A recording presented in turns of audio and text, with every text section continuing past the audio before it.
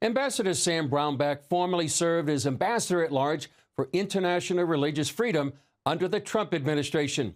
Since then, he continues to champion religious liberty with coalitions around the world. He joins us now to discuss how religious freedom is at risk under the new Syrian regime. Ambassador Brownback, thanks for joining us. You know, there's been so horrific pictures and videos coming out of Syria. What do you know about the massacres there under this new Syrian regime?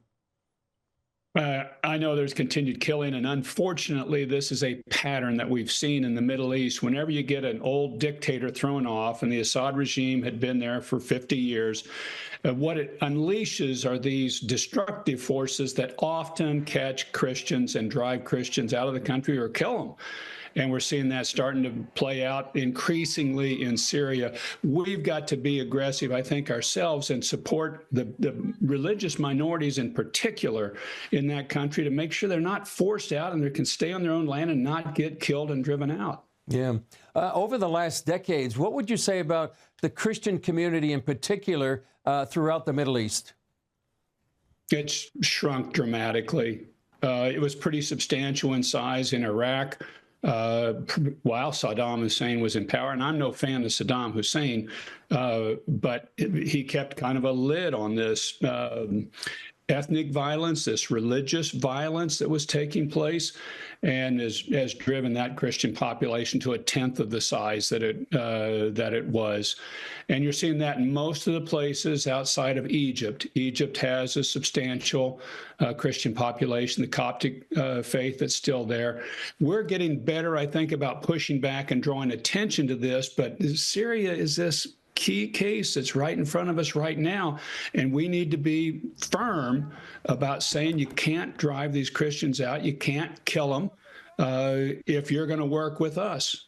Yeah. Is there any leverage that the White House has or the U.S. government on the new regime? Well, we do. They need us, and they need our legitimacy, and they need our work, and we work in certain areas of Syria over other areas because it's been, it's been balkanized over the fighting that's taken place over the last decade. And we can leverage that. But again, Christian, we've got to be very clear that we see these religious minorities as a key measure of whether you can maintain a country or not. And if you can't do this, your country may get carved up if you don't protect these religious minorities, and in our case, in particular, the Christian minorities. Now, it seems like the Alawites are the real primary target, but a number of people have been warning about Christians being attacked. They're being attacked, and we've got to stand up to protect these religious minority communities. Yeah, what would you say about the northeast Syria, where that really has been a sort of a bastion of freedom and democracy in the last 15 years or so? It has been. It's been a beautiful example of what Syria can be. I mean, this is not impossible for them to do. They've got to keep the Islamist and the militant Islamist out of running that area of the country, and where you particularly got a stable part that's been able to protect its religious minority.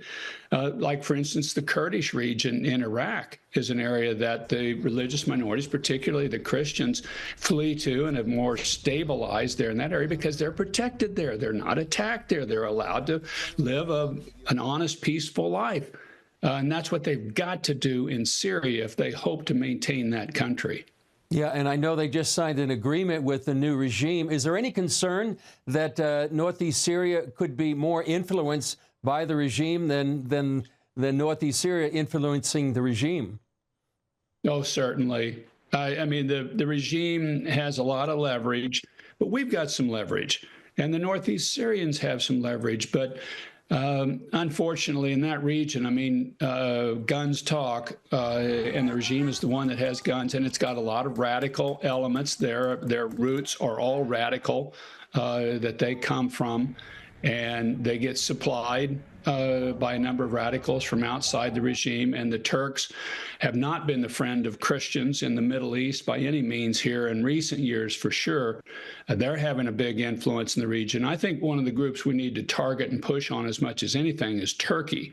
They're the ones that could really bring some leverage to bear, and they need to hear. And they've heard from us before, and they know when we're serious about something, they'll straighten up and they'll start listening to us more. Yeah, well, Ambassador Bromberg, thanks so much for your insight to what's happening here in Syria and the region.